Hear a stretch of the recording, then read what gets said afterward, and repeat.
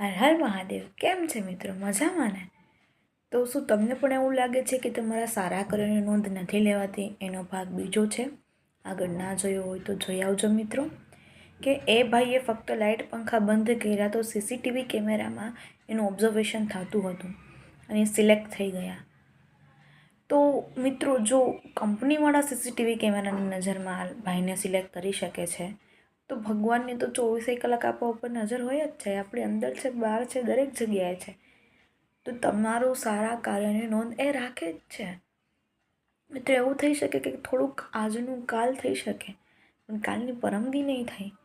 તમે સારા કાર્યો કરે જાઓ, તમને ખબર પણ નહીં પડે. તમે 1% વિશ્વાસ હશે ને તો 100% તમારું કામ થઈ જશે. તુમ એક કદમ બઢો મેં 10 કદમ બઢૂંગા, એમ કે છે.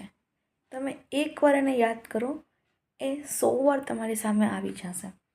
તમે 1 કદમ ચાલો તો એ 10 કદમ ચાલીને તમારી પાસે આવશે. તમે એને ખૂબ વાલા છો, ખૂબ પ્રેમ કરે છે. શું ખબર મારા દ્વારા તમારા સુધી મેસેજ પહોંચાડવા માંગતા હોય કે કૃષ્ણ કહી દે હું છું એની સાથે. બસ થોડીક વાર લાગશે, પરફેક્ટ કરી દઈશું બધું. એ વિચારી ના શકે ને એટલું સારું એની જોડે થવાનું છે. થોડીક વારમાં જ. ની થોડીક વાર પતવા પણ આવી છે. શું ખબર એ હમણાં જ થઈ જશે.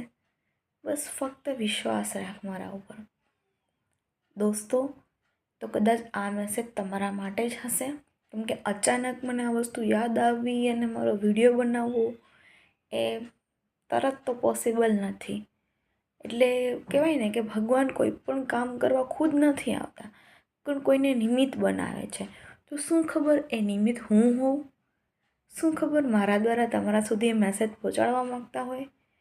તો જરૂર વિચારજો એના ઉપર અને યાદ કરજો કે તમે એની પાસે શું પ્રાર્થના કરી હતી કે આ રૂપે એને જવાબ આપ્યો.